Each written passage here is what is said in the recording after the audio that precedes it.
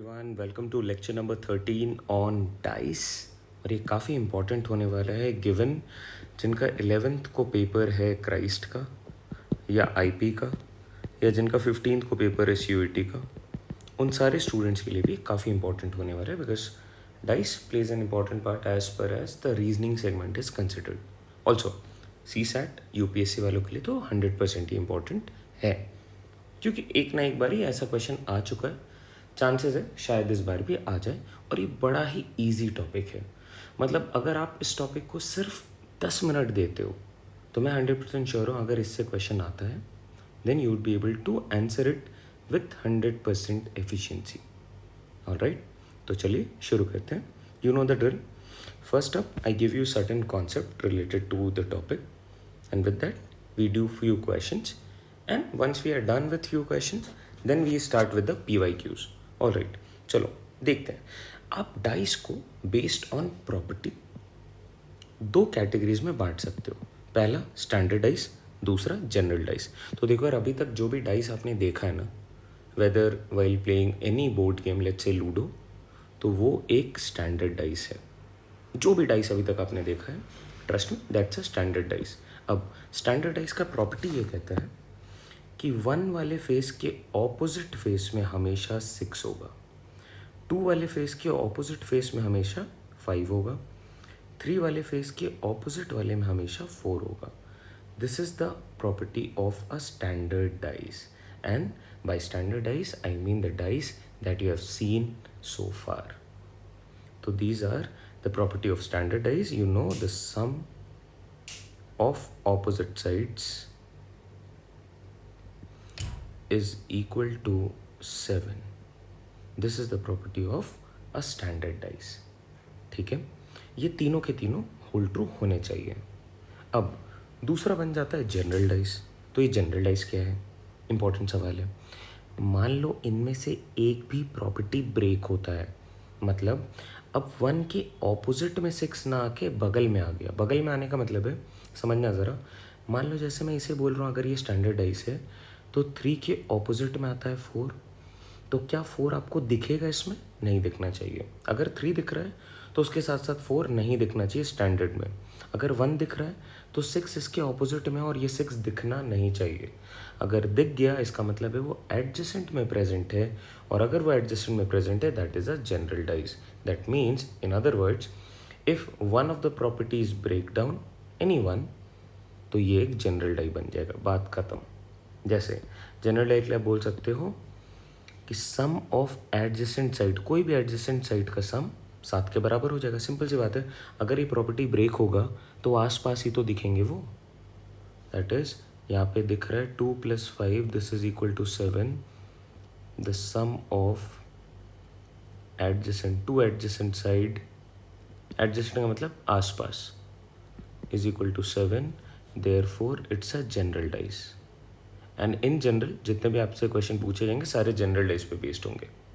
अच्छा, क्या standard dice में कभी ऐसा हो सकता है कि sum of adjacent side be equal to 7? ये कभी नहीं हो सकता। So for a standard dice the sum of any two adjacent side will never be equal to 7। तो आई होप ये बेसिक कैटेगराइजेशन आप कर पा रहे हो between the types of dice. Alright, चलो अब देखते हैं कि क्वेश्चन किस तरीके से पूछे जाएंगे। देखो यार, ये PYQ है, इस पर तो मैं आऊँगा। पहले स्टार्ट करते हैं with the help of a question. Alright, 2 position of a single dice is given, what is opposite to side number 3। मान लो मैं ये कुछ ना बोलूँ और मैं बोलूँ आपसे ये जो डाइस गिवन है ये स्टैंडर्ड है। मान लो आप मुझे बताओ 3 के ऑपोजिट में क्या होगा। 3 के ऑपोजिट में 4 होगा। क्लियर है? रीज़न, स्टैंडर्ड डाइस का प्रॉपर्टी। तो देख लो ये सवाल बहुत ईजी बन जाएगा, इसीलिए इसको पूछा जाता है as part of general dice. और आप कैसे आइडेंटिफाई करते हो? आप देखते हो यहाँ पे आपको 2 पोजीशंस दिख रहे हैं, number 1 and number 2। And ideally ये 2 डाइस नहीं है, ये सिंगल डाइस है। 2 बारी इनको रोल करा है, मतलब आपने एक बारी डाइस उठाया, एक बारी फेंका, कुछ ऐसा दिखा, फिर से उसी डाइस को उठा के फेंका तो कुछ ऐसा दिखा। और single dice is roll 2 times and these are the 2 position of a single dice. तो जो प्रॉपर्टी इसकी होगी वही प्रॉपर्टी इसकी होगी। अरे डाइस ही एक है तो प्रॉपर्टी 2 नहीं होगी ना। आपको यहाँ पे दिख रहा है 2 and 5। 2 and 5 का मतलब है 2 + 5 मीन्स 7, और ये एडजेसेंट में दिख गए, तो सम ऑफ एडजेसेंट साइड अगर 7 के बराबर हो गया तो this is a general dice. Okay, तो अगर ये जनरल डाइस है तो मुझे एक रूल फॉलो करना, वो रूल मैं सिखा रहा हूँ आपको। आप देखो, चांसेस है कि आपके पास 3 पोजीशंस भी गिवन हो सकते हैं। आप फर्दर क्वेश्चन में देखोगे शायद 4 पोजीशंस भी गिवन हो सकते हैं कि आपने डाइस को 4 बारी रोल कर दिया। तो ऐसा कुछ भी आ जाए, आपको कंपैरिजन में हमेशा 2 साइड्स को ही कॉमन लेना है, मतलब किसी 2 पोजीशन को कॉमन लेना। ओके, यहाँ पे तो मेरे पास 2 ही है, तो मैं 1 और 2 लिख लेता हूँ, और मैं यहाँ पे लिख रहा हूँ कॉमन। आप मुझे बताओ कौन सा एक कॉमन फेस आपको दिख रहा है। तो आप बोलोगे 2 इसमें भी दिख रहा है कॉमन, और 2 इसमें भी है, देयरफॉर 2 इज कॉमन। ये जब आपने लिख दिया तो आप इसे यहाँ पे लिख दो। ऑल राइट, अब आप कायदे से क्लॉकवाइज चलना स्टार्ट करो। 2 के बाद क्या आ रहा है फर्स्ट पोजीशन पे 6, 6 के बाद क्या आ रहा है 5, तो आपने यहाँ पे लिख लिया। नेक्स्ट सेम प्रोसेस आप दूसरे पोजीशन के साथ भी रिपीट करोगे। 2 के बाद क्लॉकवाइज में आ रहा है 1, और 1 के बाद क्लॉकवाइज में आ रहा है 3, तो आपने इस तरीके से लिखा। नाउ हैविंग डन दिस, अगर आपने ये कर लिया, आपके सारे ऑपोजिट फेसेस आपको दिख जाएंगे। जैसे यहाँ पे दिख रहा है 1 के ऑपोजिट में 6, 3 के ऑपोजिट में 5, और 2 के ऑपोजिट में 2 नहीं होगा। मान लो ये डाइस मार्क था as 1 2 3 4 5 and 6, so all the 6 faces are 1 2 3 4 5 6। तो इस केस में 2 के ऑपोजिट में आ जाएगा 4, लेकिन आपसे पूछा क्या है, what is opposite to side number 3। Opposite to side number 3 is nothing but side number 5, and that is how I mark my answers. अब ज़रा इसे फिर से रिलेट करो। क्या करना है, आपको किसी 2 पोजीशंस को कंपेयर करने के लिए रखना है, और उनमें एक कॉमन फेस पिक करना है। जो कॉमन फेस आ गया उससे आप क्लॉकवाइज मूव करोगे। दोनों केसेस में आपके पास ऑपोजिट सारे के सारे आ जाएंगे। तो आई होप ये क्लियर है। एक बार इसको फिर से देख लो अगर आपको ये कंफ्यूजिंग लग रहा है या कुछ भी है, क्योंकि कॉन्सेप्ट इतना ही है। इसके बाद तो मैं डायरेक्ट क्वेश्चंस करवाऊंगा, तो कॉन्सेप्ट आपका यहीं पे ख़त्म हो चुका है। तो अगर यहाँ पे कन्फ्यूजन है, आप फिर से रिवाइंड करो और देख लो। चलो आगे बढ़ता हूँ। Question 2, 3 positions of a single dice. Dice एक ही है, 3 बारी आपने फेंका है इसे, 1 2 3। अच्छा, क्या पूछ रहा है आपसे, side opposite to the face having F. All right, क्या मैं 1 और 2 को कंपेयर कर सकता हूँ। 1 और 2 में देखो कुछ कॉमन दिख रहा है क्या, ई दिख रहा है, नहीं दिख रहा है, डी दिख रहा है, एफ नहीं दिख रहा है, चलो डी कॉमन दिख रहा है, तो क्या मैं 1 और 2 को कंपेयर कर लूँ। चलो मैं कंपेयर कर रहा हूँ, कॉमन ले रहा हूँ डी। ऑल राइट, डी के बाद आ रहा है ई, और ई के बाद है एफ। नेक्स्ट यहाँ पे डी के बाद है एच, और एच के बाद है ए। तो with this we come to a conclusion that E के ऑपोजिट में है एच, एफ के ऑपोजिट में है ए।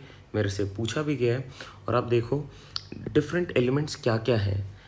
ई कैंसिल कर दो, एफ कैंसिल कर दो, डी कैंसिल कर दो, एच कैंसिल कर दो, ए कैंसिल कर दो, क्या बच गया जी। जी एक डिफरेंट एलिमेंट है।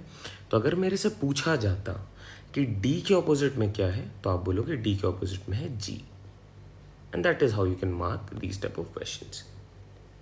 चलिए, तो आपके लिए आंसर क्या गया, एफ के ऑपोजिट में A, and that is my answer. तो देख रहा हूँ कितने जल्दी बन रहा है। आपको थर्ड की नीड ही नहीं है। All right, moving forward. ये देखो इस बार 4 पोजीशन गिवन है। क्या ये 4 डिफरेंट डाइस है, 4 different position of a single dice, और क्या नेचर इनका ऑब्वियसली जनरल है। क्यों, क्योंकि फेसेस अल्फ़ाबेट्स के फॉर्म में है, तो स्टैंडर्ड तो ये हो नहीं सकता। फॉलो कर पा रहे हो। चलो देखते हैं क्या पूछा जा रहा है सी के ऑपोजिट में। तो क्या आप 1 और 2 को कंपेयर करोगे। अगर आप 1 और 2 को कंपेयर करते हो तो देखो प्रॉब्लम क्या आ रही है, आइडियली सी और बी दो कॉमन साइड्स हैं, तो आप इनको कंपेयर नहीं करोगे। और राइट, क्या आप फर्स्ट और थर्ड को कंपेयर करोगे, तो यहाँ पे मुझे दिख रहा है सी एंड डी, तो आप इन दोनों को भी नहीं कर सकते। क्या आप सेकंड और थर्ड को कर सकते हो, यहाँ पे सिर्फ सी और सिर्फ सी कॉमन है। ऑल राइट, तो let's start by comparing the second and the third one. क्या कॉमन आ रहा है इनमें, C is common. All right, let's go clockwise, A और ए के बाद है बी, यहाँ पे क्लॉकवाइज जाओगे डी और डी के बाद है ई। क्या पूछा है आपसे, ऑपोजिट टू सी, ओके। तो एक बारी देखो एलिमेंट्स क्या क्या बच गए, बी कट चुका है, डी कट चुका, एफ नहीं है अभी तक, तो सी के ऑपोजिट में आ जाएगा एफ। आइडली ए के ऑपोजिट में डी, बी के ऑपोजिट में ई, आपसे पूछा opposite to C and that is F. Okay, for two common sides, जैसे कि अगर मैं मान लो 1 और 2 को कंपेयर करता, तो यहाँ पे मुझे दिख रहा है C and D is common, C and B is common, C and B is common, तो मेरे लिए बन जाता max to max I can say that A is opposite to D. बस इतने पे ही मैं रुक जाता, इसीलिए मैंने 1 और 2 को कंपेयर नहीं किया। तो अगर जहाँ पे दो कॉमन साइड्स आते हैं, if two common sides then uncommon sides are opposites, ये रूल है। तो what are the uncommon sides? The uncommon sides were A and D, therefore these are opposites. That's it. All right. So I feel ये topic आपको clear भी हो चुका है। चलो कुछ और टाइप ऑफ क्वेश्चंस कर लेते हैं so that we gain some confidence. All right, let's see what is asked.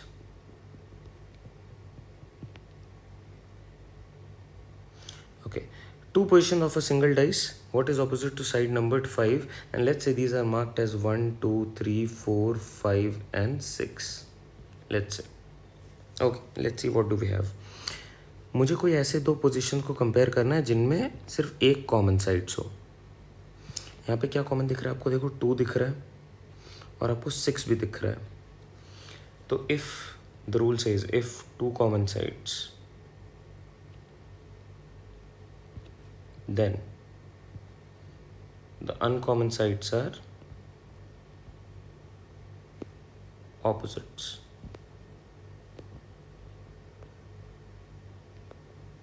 Clear है? So what are the uncommon sides here?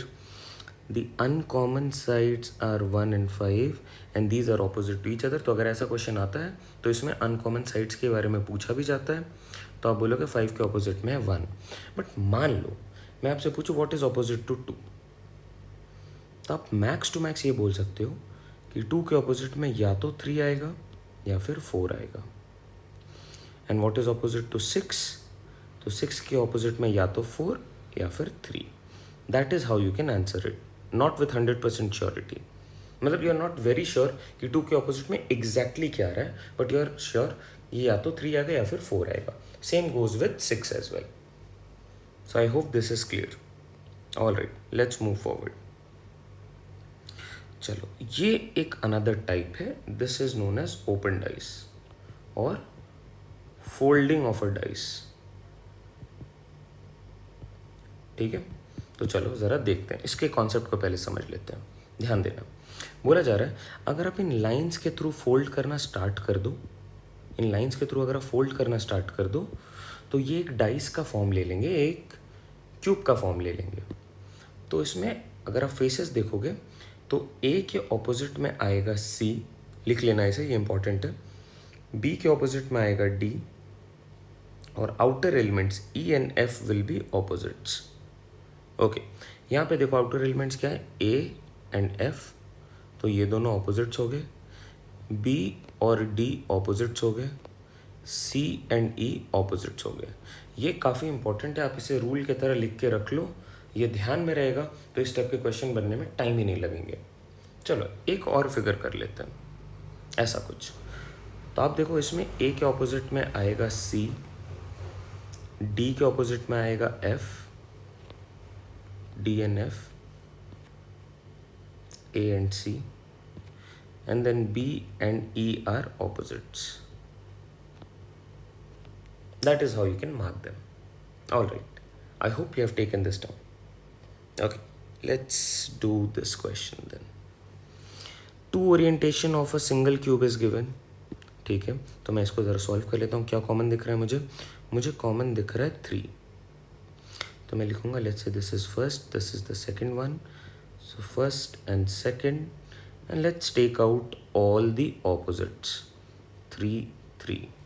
चलो, 3 के बाद 6, 6 के बाद 2, 3 के बाद 5 और 5 के बाद 1. तो what do we have as the opposites? 6 के ऑपोजिट में 5, 2 के ऑपोजिट में 1, and since these are marked as 1 2 3 4 5 and 6, so 3 के ऑपोजिट में यहाँ पे 4. ऑलराइट, चलो देखते हैं. 3 के ऑपोजिट में देखो ए वाले पे बोला जा रहा है this dice can be obtained by folding which of the following options. आप देखो 3 के ऑपोजिट में आया मेरे लिए 4 और यहाँ पे दिख रहा है 3 के ऑपोजिट में 6. कट कर दो, ये पॉसिबल नहीं है. देखो यहाँ पे 3 के ऑपोजिट में दिख रहा है 2, तो कट कर दो, ये पॉसिबल नहीं है. यहाँ पे दिख रहा है 3 के ऑपोजिट में 4, 1 के ऑपोजिट में 5 और 6 के ऑपोजिट में है 2, तो ये भी गलत हो गया. यहाँ पे देखो 3 के ऑपोजिट में 4, करेक्ट. नेक्स्ट 5 के ऑपोजिट में है 6, 5 के ऑपोजिट में है 6, again this is correct. And last में 2 के ऑपोजिट में है 1, 2 के ऑपोजिट में है 1, so this is the correct option. Option D is the correct fit here. तो आप देख रहे हो कॉन्सेप्ट वही है जो मैंने शुरू में आपको बता दिया है, और ओपन डाइस वाले केसेस मैंने बता दिए. थोड़ा और कॉम्प्लिकेटेड डायग्राम रख के आप चेक कर लेना अपने एंड पे, but this is the core basics of the dice topic. तो चलिए इससे जो प्रीवियसली आस्क्ड क्वेश्चन है ज़रा उनको फटाक से निपटाते हैं. फिर मैं एक होमवर्क क्वेश्चन दूंगा जिनको आप सॉल्व करोगे, या आप चाहो तो एक बार आप इसको कमेंट करके आप ही बता दो इसके लिए आंसर क्या होगा. Take your time, pause the video and try this. You can do it. A cube has been marked 1 2 3 4 5 6 on its faces. 3 views of the same cube is given. Let's say this is view number 1, view number 2 and view number 3. आप किसको compare कर सकते हो? क्या आप first और second को compare कर सकते हो? देखो यहाँ पे 1 कॉमन दिख रहा है, 6 and 4, 3 and 2, तो आप 1 and 2 को कंपेयर कर सकते हो.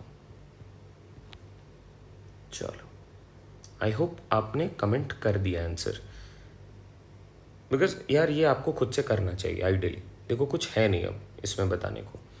ऑलराइट, मैं यहाँ पे देख रहा हूँ 1 ऑपोजिट्स में,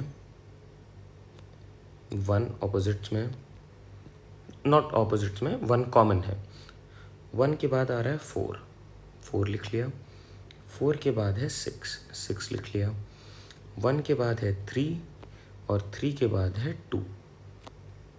सो I come to a conclusion that 4 के ऑपोजिट में 3, 6 के ऑपोजिट में 2 एंड 1 के ऑपोजिट में है 5, because that is what is missing.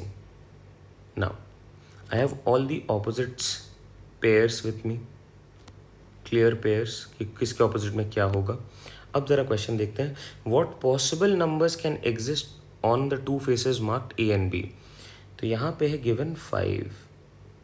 आप मुझे बताओ आपके डायग्राम से 5 के ऑपोजिट में क्या आ रहा है 1. तो अगर 5 दिख रहा है आपको तो क्या 1 दिखना चाहिए एज ए और बी.